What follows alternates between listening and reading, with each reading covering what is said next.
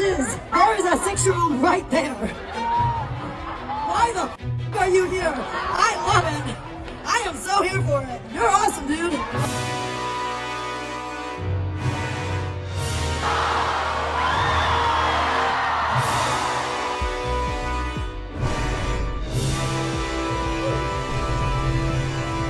No one has made this dramatic of a change yet. No one has made, in my generation, this extreme of a switch. There are millions of people who dream of being remembered. They want the fame, the spotlight, the headlines, the fan base. But here's the thing, most of them never get there. Not because they didn't work hard, but because the world doesn't need that many icons. And Jojo Siwa learned that the hard way. She was marketed as this unstoppable bundle of glitter and energy, Nickelodeon's golden girl. But fast forward a few years, and she's now known more for her controversies, awkward rebrands, and desperate attempts to stay relevant than her talent. The Rainbow Empire turned into a meme, and not the good kind.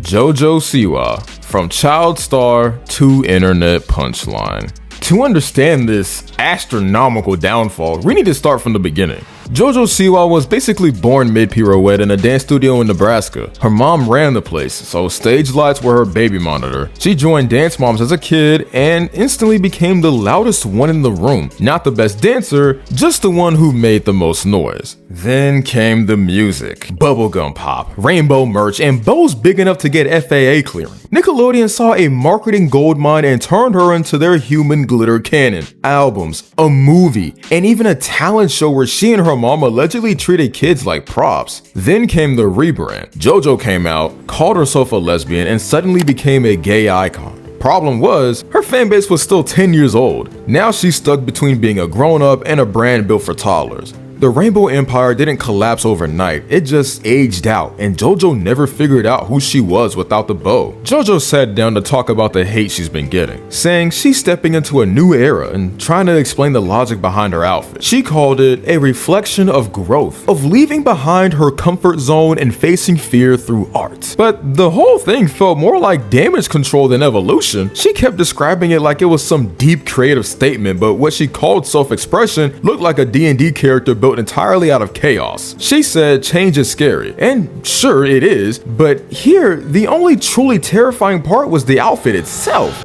Tell me about this look here. This is my Karma Black Beast look. It's my music video outfit. Got to bust it out of the vault today. It's got some rips in it, but you would never know. No, you'll no. I mean, how would you be able to tell? If you looked close enough, yeah. You were talking a lot recently about sort of leaving the adolescent era behind and moving into a more adult era. How has that been going for you? It's been fun. It's been criticized, that's for sure. And how do you think that is? People are afraid of things they don't know. Things can be scary for people. New things can be very, very scary. But I think that creating art is such a special, special thing. And I'm very lucky that I'm one of the people in the world that gets to create art. Talk to me about the people who support it, right? Because you're a person, you're a human who is, going to grow and change as you become an adult and mature, and will continue to change hopefully for the rest of your life. Yeah. So talk to me about the people who get it and what you've heard from them. Honestly, the way that I'm able to keep going and keep being like, wait, actually, what I'm doing is right, is because some of the most respected people in the world have come up to me and been like, what you're doing right now is so right. It is so right. It is what the world needs. Like, I'm learning from what you're doing right now, and that's crazy to me. I mean, I heard that from Lil Nas X yesterday. Heard it from Meghan Trainor a few days ago. It blows my mind. It blows my mind. The support from people like that, artists, that means the world to me. What lessons are you learning about yourself as you progress on that journey? Honestly, that I am more fearless than I thought I was. It definitely takes some balls to show up in this. It does. We've got music coming out soon, yeah? We do. Karma coming out on April 5th, and then a lot more after that. Are we touring? I can't tell you everything. You can tell me a little bit. I can give you some teasers, but I can't tell you everything. All right. I'll take that as like a slight tease, Don't worry. Touring is my favorite thing ever, and I like to do my favorite thing ever. Have you thought about what you want it to feel like when you go out? What do you want your show to feel like? Oh, I pitched the tour. Is it more like this? It's full out.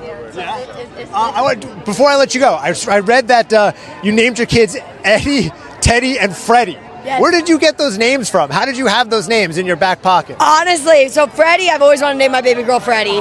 And then one day I was just joking around and I was like, oh my God, Freddie, Eddie, and Teddy. Wait, it works. So we got Freddie. Somebody brought up to me like, hey, what if your kids hate their rhyming names? So I was like, valid. I need to make sure they got good middle names. So we have Freddie J, Eddie Anthony, and Teddy Tyler. After my mom, dad, and best friend. Then in another clip, she decides to take things above and beyond, casually calling the entire music industry a multi-billion-dollar industry that's gone stagnant. She says nobody does anything big anymore, that no one's doing it like Britney or Gaga did, which is wild because that couldn't be farther from reality. Drake literally built a whole cinematic universe for first-person shooter, and The Weeknd's videos look like they cost more than Small Nations. Artists are out here turning albums into full-scale productions, and she's acting like we're in a creative drought. Anyone who even remotely pays attention to the music knows how ridiculous that takes sound. No one nowadays makes major music videos like Gaga did back in the day, Britney did back in the day. And so that for me is a massive thing. Then she keeps going, saying people are scared of change and that she's just not afraid to make art. But here's the thing, she completely contradicts herself. First, she claims no one does it like Gaga or Britney anymore, right? Then she calls herself the one bringing change. But how are you pushing boundaries when you're literally following the blueprint of two artists who already did it decades ago? You're not reinventing anything. You're just repainting an old canvas and calling it new. That's not revolution. That's recycling. The world is just scared of new, scared of People art. don't like change. People don't like change. They don't. And I think for me, I'm just like, I'm not afraid to make art. I'm not afraid to give you change. I'm not afraid to make you question. You know what I mean? Like, let's have fun with it. Then came her SNL moment, and calling it a moment is being generous. It's the kind of performance that could make her entire bloodline cringe for centuries. I don't even know how to explain it. She's on stage trying to be funny, keyword, trying, and the whole bit revolves around this good girl gone bad image. The so-called gay era she keeps referencing just turns into forced shock value. It's not bold, it's not empowering, it's just awkward. At this point, it feels less like she's expressing herself and more like she's offending every group by association. Like, what even is this? She tries to justify all of this by saying some of the most respected figures in the industry have been coming up to her, telling her she's brave and should keep going. And the figure she names? Lil Nas X. Yeah, that Lil Nas X. The guy who made Industry Baby and just recently got hit with charges for assaulting police officers. I don't even need to say more. That's her benchmark for validation. Some of the most respected people in the world have come up to me and been like, what you're doing right now is so right.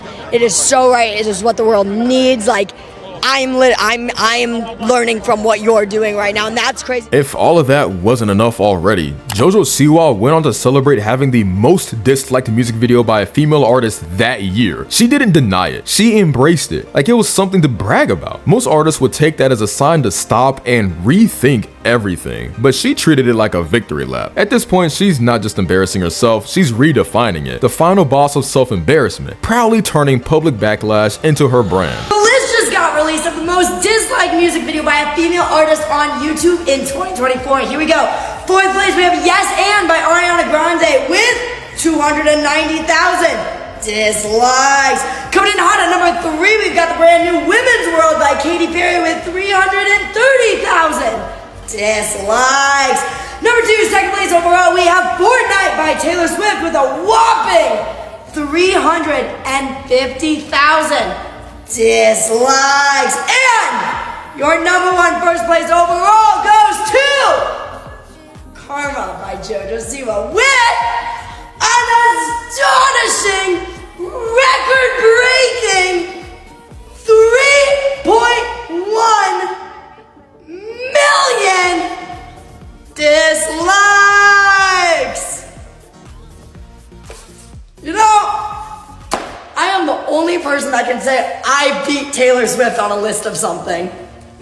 I'll take it. And this is where things start to take the wildest turn yet. The song she released, the one she called her big reinvention, Karma, wasn't even hers. It turns out the song was originally recorded by an artist named Britt Smith back in 2012. It sat unreleased for years, written and shelved by Miley Cyrus herself. So when JoJo came out claiming this was her big creative shift, her moment of originality, she was really just recycling something that had already been made over a decade ago. The irony is unreal. She said she was here to create a new genre, something the world had never seen before. And yet, not only did she fail to bring anything new, she didn't even bring something hers. She didn't even remix it. She didn't reinvent it. She straight up took an old song, changed nothing, and called it her evolution. So, yeah, way to redefine a genre, JoJo. You didn't just miss the mark. You stole the target. Jojo Siwa was receiving a lot of backlash after it turns out that her new song Karma wasn't actually hers.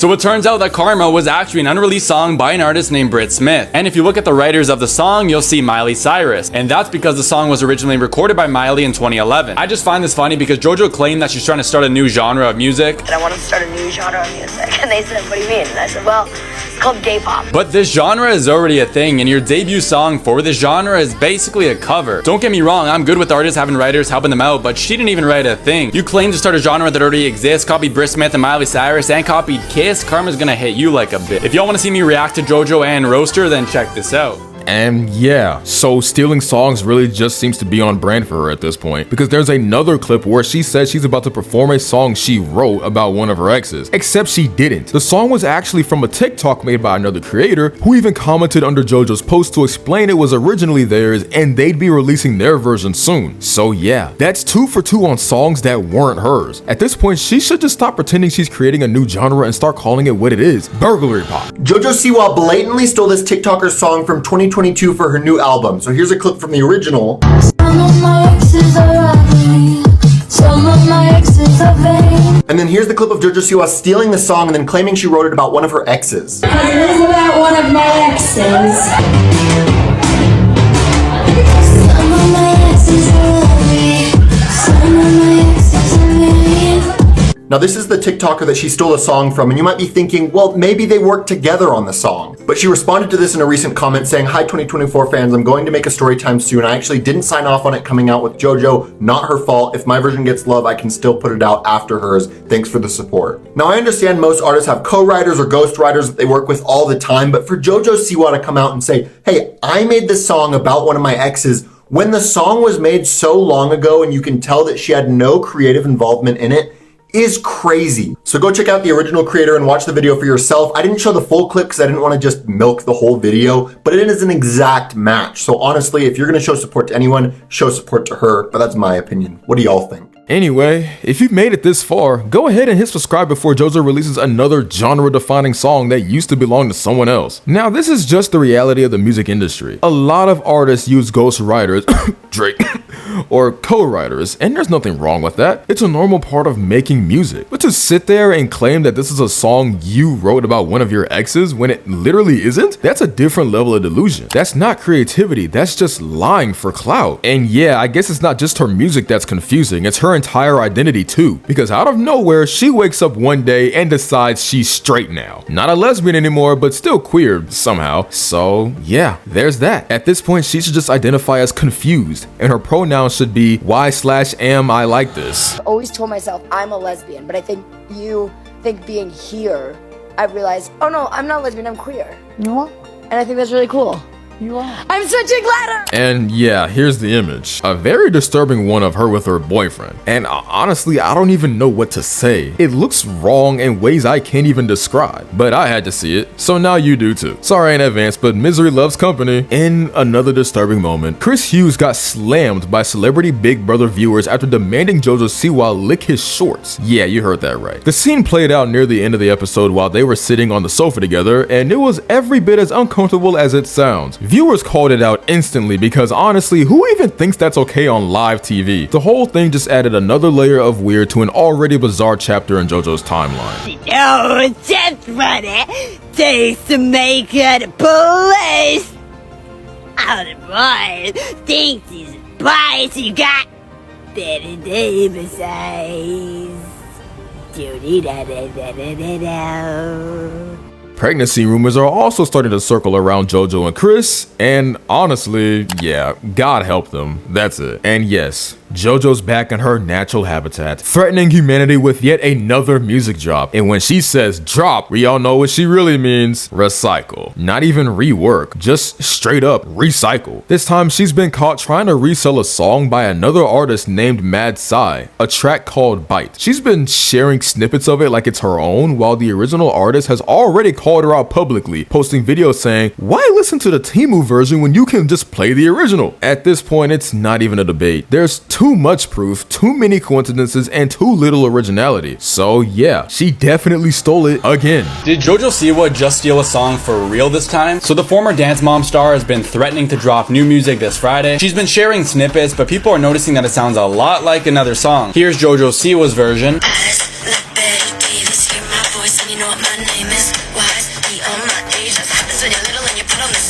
And here's a song by Mad Psy called Bite, which was released 2 months ago.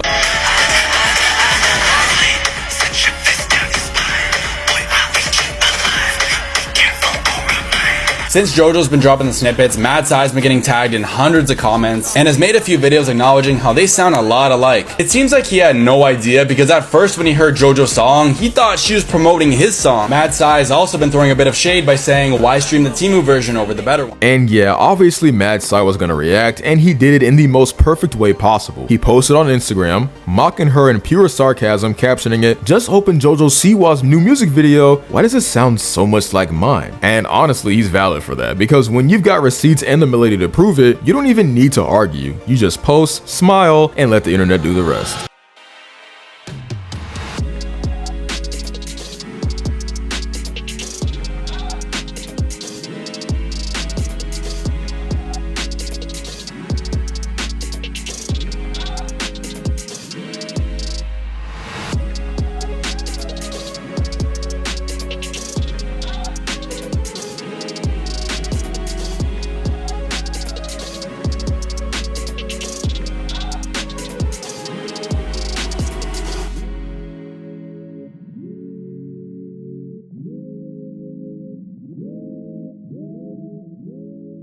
Now y'all already know we can't do this without the internet's verdict, so here it is. Jojo Siwa is a little brother trying to impress the older siblings' friends vibe. Everything she's done lately has that exact energy. The desperate need to be seen as edgy, mature, and cool, but it just comes off as forced and awkward. It's that same kid at the party energy where everyone else has moved on and she's still trying to prove she belongs there. Anyone that knew a lesbian knew Jojo was fake as fuck. People saw through the performative gay icon phase from the start. It never felt genuine. It felt like branding, like another costume she put on because the last one stopped selling. Sad that girl never got a chance to actually grow up. And honestly, it's true. JoJo's entire life has been under stage lights, from a dance studio in Omaha to Nickelodeon sets and now the internet microscope. She was turned into a product before she even had a personality. So now every attempt at maturity just looks forced because she never got to figure out who she was without the cameras. It's not rebellion, it's arrested development, broadcasted in 4K. JoJo is a child stuck in an adult body. So yeah, that's about it. Jojo Siwa's entire new era turned out to be a mix of recycled songs, fake originality, and one bad outfit after another. She went from child star to self-proclaimed revolutionary, but everything she's done since has looked more like a parody of her own career. From claiming to redefine pop while stealing old tracks, to lying about writing her own music, to confusing the world with her ever-changing identity. It's a full-blown crisis in real time. She calls it reinvention, but really it's regression with glitter on top. Every move she makes somehow manages to outdo the last in pure secondhand embarrassment. And at this point, Jojo Siwa isn't just a fallen pop star, she's the final boss of public self-destruction. Anyway, do remember to subscribe before she drops her next single and somehow samples your voice in it.